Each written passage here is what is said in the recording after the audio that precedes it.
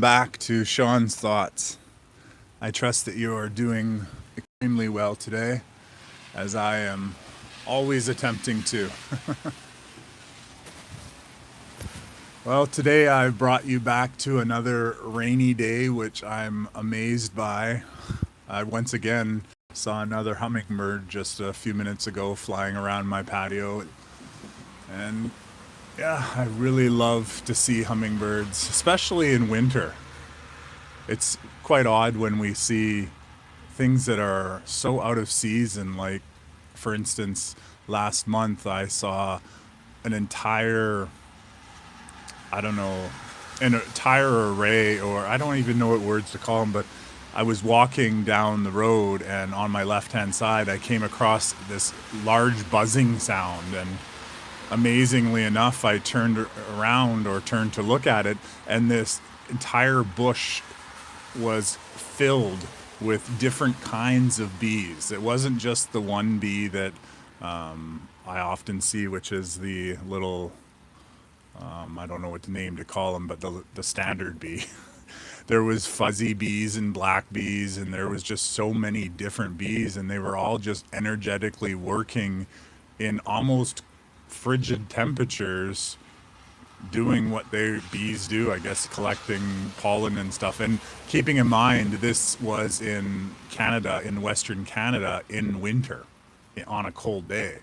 So it really does demonstrate to me well, as I talked about last night, essentially the dissolving of the matrix. Like, one of the things that I understood about the matrix was that time isn't what we've been led to believe. Time is essentially something created in order to keep us contained. So some people have even referred to time as more of a container. And time is essentially, as perhaps Einstein had once said a long time ago, time is relative to the observer as well. It changes, it kind of has its own unique properties, which, we're not necessarily taught when we're in school. However, we're not here to talk about time. What I wanted to talk about today, and once again, thank you so much for everyone joining me now, as well as thank you so much for everyone who will perhaps engage or interact with this audio in the future. So today I wanted to talk about karma, and because karma has been something that has influenced my life considerably. I've often been told that, we have karma from past lives, and we have karma from the things we did, and we essentially are at the will of this cosmic energy, helps balance the scales. And I was listening to an audio recently, and in this audio they were saying, well, how can we have karma if we don't remember our past lives? That seems like a sick game. And it suddenly occurred to me, yeah, like, I understand that there are definitely cosmic laws, such as the primordial directive, where everything had to be in balance upon creation, and there was other laws as well, cosmic laws and such. Yet how is it that we have karma, or that karma exists, when we have no real way of understanding what happened previously? And this discussion that this person was having with themselves, or in their presentation, struck me and truly aligned with a concept that I've talked about before, regarding the 79%, 21% balance that our previous age was in. See, my understanding is we are simply, like, this exiting, or this dissolving of the matrix. Well, this is occurring at the end of a dark age, and this dark age has been going on an awful lot. See, as I understand it, everything in our life, or our reality, was cyclical, meaning that there were cycles to everything. And I first learned about this when I was watching a presentation by Greg Braden, in which he demonstrated pretty well how even wars and famine and pestilence and all these other events that happen in our lives, they run in a cycle. And he, in his presentation on Gaia, and you can definitely go over there and check it out, he actually pretty well demonstrated that it's almost exact, like it's almost clockwork of how these different cycles would come about. And so I've been thinking an awful lot about karma, and interestingly enough, it was also in a talk that I participated with the GIA report as well, demonstrating that, or perhaps showing us that karma isn't what we believe it to be. So my original thought of karma, and you of course have your own thought of karma, is that you essentially get back what you put out. So meaning that if you do wrong, you have to have good come into your, if you do wrong, you have to have wrong come into your life, or some sort of obstacle. And if you do good, then, the idea of karma is that good's going to come into your life. Except for if we truly sit back and look at it, for most of us in the world, me, myself, and I, that wasn't the case. And I've been essentially expressing this recently in, I look back and I see all the things, all the energy, all the input, all the positivity, all the effort, all the hard work, all the fun work when I was creating some of these videos. And honestly, I don't see karma coming back. And so that's kind of what I was meaning about my personal experience. And it really does go into that, as I said, the 79 and the 21%. And now just to recap on what that was, is my understanding based on the GIA reports is that we lived in a reality where the balance of our reality was maintained at 21% light and 79% darkness. And that's why we had a lot of these NGOs and different organizations that would do evil things, and yet they would turn around and stand in front of a camera and they would spout off their positive contributions. And so they understood, and they've understood for a very long time, that you had to maintain a balance, that even if you went out and you did evil things, you had to then go and do something positive. However, it didn't have to be positive to the fact that 50-50. And so when we talk about living in a reality of duality, the balance wasn't kept at 50-50. And so therefore, just with that idea alone, we see that the idea of karma gets thrown out the window, because we're not being essentially paid back or properly balanced, especially when we were unknowingly within a system that allowed for us to be tortured for most of the time, and then given us somewhat relief for the other portions of time. So to be honest, I'm not fully sure of what I'm meant to be talking about in this audio. So I'll pause for a second and take a deep breath of this beautiful air.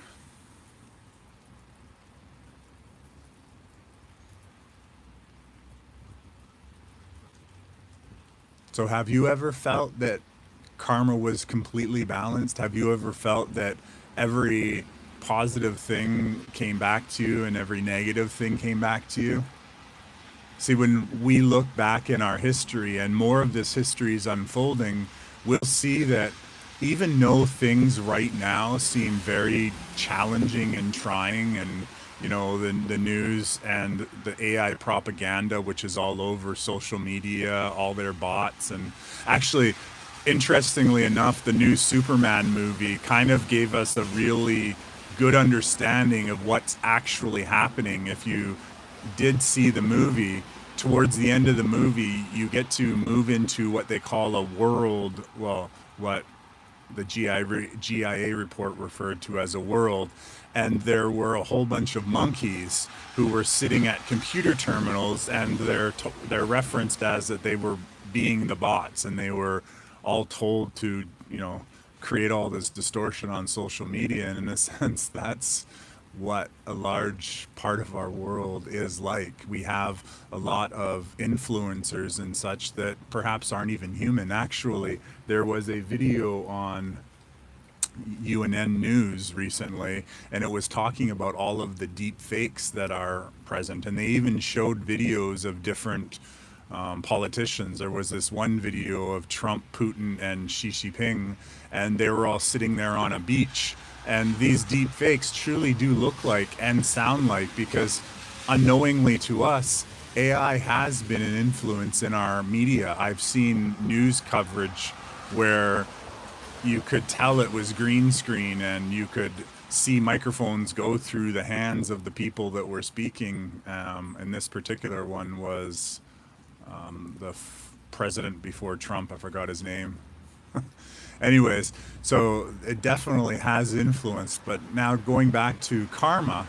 So with karma, I feel that karma definitely played a role, at least in my own spiritual path, in kind of like looking back and seeing why things happened. However, realizing that there's external forces that play a part in how we perceive and how we view and how we even remember things shows us that karma doesn't necessarily, or it doesn't necessarily work the way that we believed it to work. So you could say another version of karma is that when you do something bad, that you're going to have that bad come back to you. But then again, you can also look at that a different way. See, there's this idea that, or not idea, there's this almost fact, I guess, at least in my world of research, that there are black magic workers out there, and they are hired, or they are, maybe they just have nothing to do on a Saturday night because of all their witch friends are gone. So they're out there doing and casting black magic as if they were on some witch show. I can't think of one right now. But they actually, and there are people out there that cast black magic on people and cast spells on them. And that if people aren't protected, of course they get harmed. But at the same time, if that person is protected, then this magic is casted many times back at them. And so you could even kind of look like that as karma. So that what does come around goes around, I think the saying is. However, one of the things that I've talked about that my former partner had once mentioned is that she doesn't celebrate wins, because she feels that when she celebrates wins, that negativity is soon behind, as if telling the world that you were happy about something, that suddenly negativity would, or some sort of bad scenario. But when you really look at it, when I look at my life, honestly, I see more, not see more, that's wrong, but there seems to be more negative events that keep coming one after the other. And although it's often been said that we should, of course, look for the silver lining, even that, I think, is part of, or a minor part. Like, well, that's a great piece of advice to always look for the silver lining. Honestly, the fact that things don't seem to be getting better, or they didn't seem to be getting better this whole especially these last few years, that we just kept spiraling down. And when I look back, honestly, for the amount of input that I've put, the amount of input that I've seen other people put, it definitely looks like the system was essentially balanced in the weight of things not working in my benefit. And well, this particular 79% to 21% was in a lesson that I had learned from another GIA report. And yes, I do speak about the GIA reports. However, I believe that the information that Kim Gogan, the director of the GIA, shares with the community that I'm in, I feel that a lot of this information truly resonates. Like, growing up, or even in the last 10 years when I first started listening to Steve Scott and Tony Robbins, a lot of the stuff that I was learning from them, sorry, there was the hummingbird again. A lot of the stuff that I was learning just seemed to be missing something. It seemed that there wasn't something there. And I spoke about this on my stream last night. And well, the 79 to 21% balance of the light to the dark suddenly helped me understand why so many people push so hard and yet they still continue to struggle. So, for instance, to give you an example, many human beings, or I should say Homo sapiens, from India and China, they worked their lives to get to the golden North America. And they suffered and they did whatever it is, they saved their money. And I've met many of them. Many of them I would say are friends to me. And well, these people finally got here when Canada opened the floodgates and allowed all of these immigrants to flood into Canada for whatever reason they did. But and when they got here, well, now they're essentially working, some of them, 2 and 3 and 4 jobs. Like they're working supremely hard just to afford to remain here when honestly it would probably be cheaper if they could go back to their own country. And that's not a declaration that they should or shouldn't. I'm just saying that the cost of living here is quite substantial.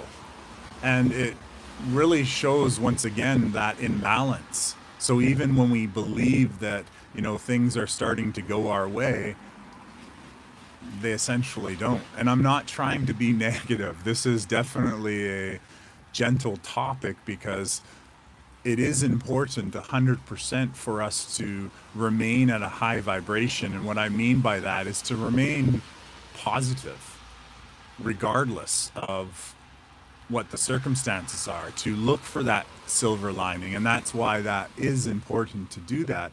However, the awareness that the system was essentially playing, or the deck was stacked against us, just as it is in a casino, to be aware of that and cognizant of that fact essentially helps us, you know, rebalance our own mentality, recognizing that, things aren't always the way that they seem. For example, rain for me is a beautiful, beautiful event. I love rain. And yet for those people who have been affected by the floods in northwestern North America, well, rain might not at this moment especially feel like something positive, and yet it is. And so it's often that our perspective has been jaded and our memories have been changed so that we have different fears and different experiences that may not be even be our own, and that those essentially influence what we're perceiving.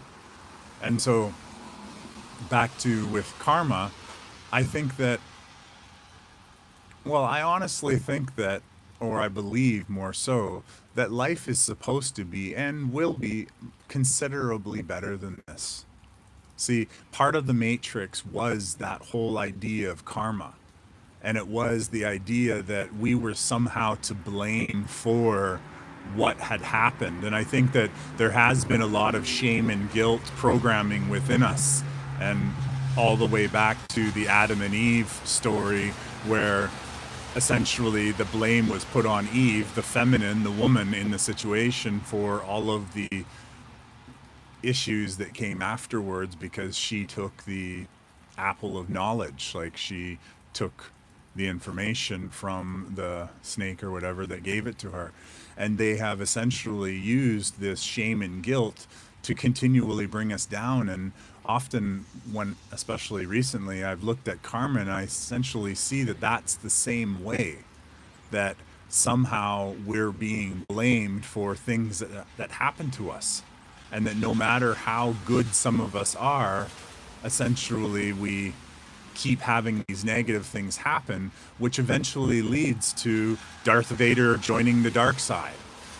I know I jump all the way to that, but that really is how I see it, is that there's almost an erosion at confidence that goodness can come to us. And, oh, it's your karma why this is happening, so you need to do more positive stuff. And yet you do more positive stuff, and yet there's still a continual flood of negative stuff coming that, yes, you can perceive as how you want to, but nonetheless, we all have dreams of being more than we are. And when I mean all, I mean the Homo sapiens of Earth. We all have dreams and desires and things that we want, but we end up settling for the lives that we live in. Like these new condos, and I'm looking at one off in the distance from me right now. They essentially look like just boxes, and you can't see your neighbor very well, and they've blocked off neighbors from even seeing each other. And it's very mute. Even the colors, the gray, and there's this one on the highway where the patios are right up against the highway. There's maybe, I don't know, 18 feet from the highway, this 5 layer condo is. And it's essentially, you know, I don't know, they're making stuff for workers, and yet they offer people the opportunity to buy these things at hundreds of thousands of dollars.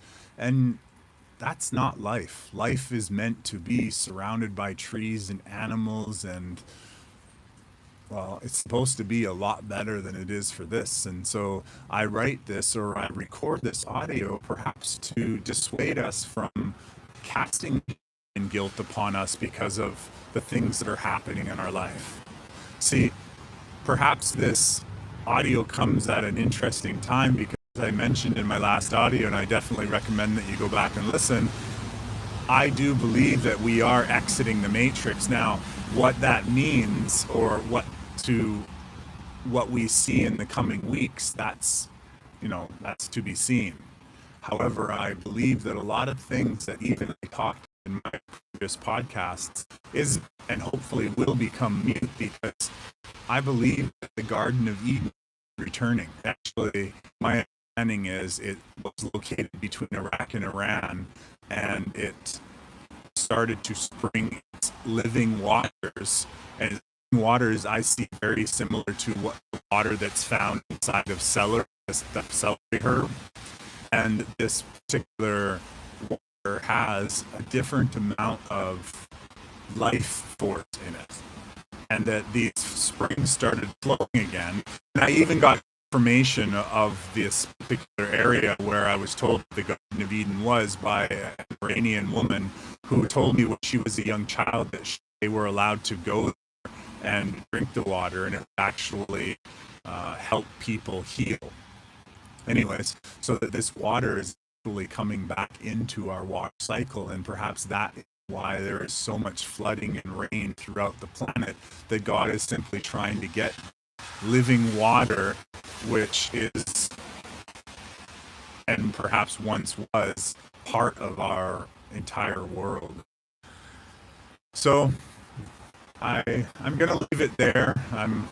I I'm gonna leave it there. I feel that that's a lot of talking, and like I said, I didn't really have a plan of what I was gonna say. And well, perhaps when you are looking at the events that happen in your life, perhaps they aren't karma. Perhaps they are external forces. Actually, I will talk about one more thing, I think.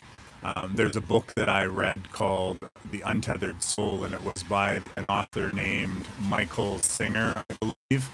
And in the book, he had talked about how there was this voice that was always talking and all stuff. And I definitely see that voice as being part of the system of the matrix control, which basically kept us in that 79-21% split. See, the important part about that is we were kept at 21% of our energy, meaning that we were only receiving, see, as part of that balance, we were only receiving 21% of our ethereum, of our the ether that we create with, that we're powered by. See, God gives us energy directly from source to us, and that this is the energy that we create with. But the matrix and the controllers of the matrix found a way to keep everything at bare minimum, so that we would at least have the amount that we could create what the matrix told us. But we wouldn't have enough, any more than enough, to create our own sovereignty, our own ability to see past the facades and the ruses and all the veils that around us. And that's, from my understanding, the reason why there was this balance of that 79 to 21%, that they wanted to keep us into a state of victimhood. They even created different organizations like AA where it would keep you in that state of victim. And I went to a gamblers meeting one time, and that was the last time, because I did have a problem with gambling at one point in time.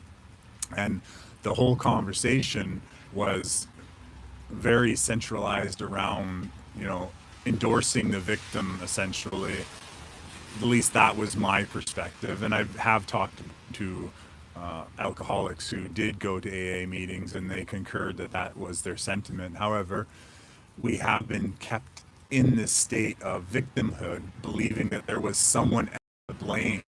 And with that being said, we would even create our own gossip and our own energy or black magic to come back on us, reinforce our victim state. But more importantly, it would curse us, or that spell would be casted back on us. And yeah, so perhaps when we consider that karma is affecting us, that maybe it isn't, especially as we move forward, as we watch the matrix dissolve, and maybe we're going to see less negative things happen and a lot more positive. And I say maybe, I'm hopeful and I'm trusting that it's going to be a hell yeah, and a hell yeah in a very positive way, because I understand that many people in the world feel like that they're at the end of what they can handle. And one of the things I can say to that, and I say to myself, is that God knows what we can handle, and God is only giving us what we can handle. And, together, our voices, our spirits, and our higher selves, and the love that we have, and the ripple that we are all going to make it through to a much, much better world. Like, I definitely encourage you to go out there and ground, walk on the earth. I'm going to go do that in the pouring rain as soon as I finish this podcast, and, reconnect with the earth. And supposedly it's going to help us remember the truth that's coming a lot quicker.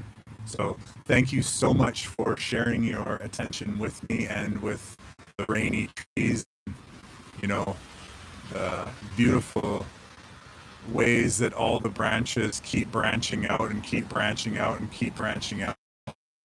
If you go all the way back down to the root of the plant, there, before you get to the roots, but all the way down to the trunk, you see that one branch converges into one. So you can see that all ends of the branches are perhaps each of us individually, yet we're all from the exact same tree. So thank you again. Enjoy this rainy day or sunny day or windy day or whatever day it is. Enjoy it, and I'll talk to you possibly in a few hours. So much love.